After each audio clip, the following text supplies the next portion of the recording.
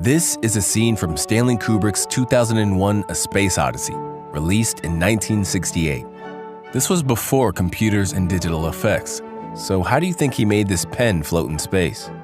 The obvious answer is string, but this would get tangled up every time the pen rotated and would ultimately be impossible to hide.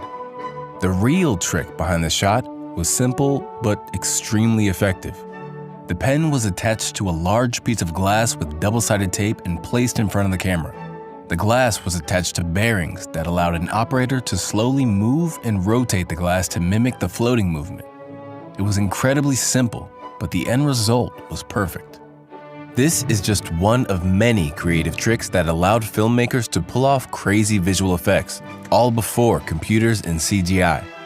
They managed to duplicate heads, make characters invisible, turn miniatures into enormous movie sets, and even invent a green screen alternative that worked better than today's digital methods.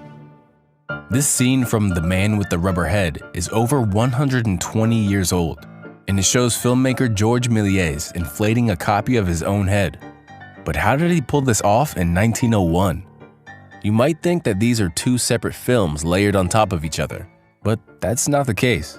In fact, everything was captured in camera, and so what came out was the finished film, and it didn't require editing. To pull this off, he'd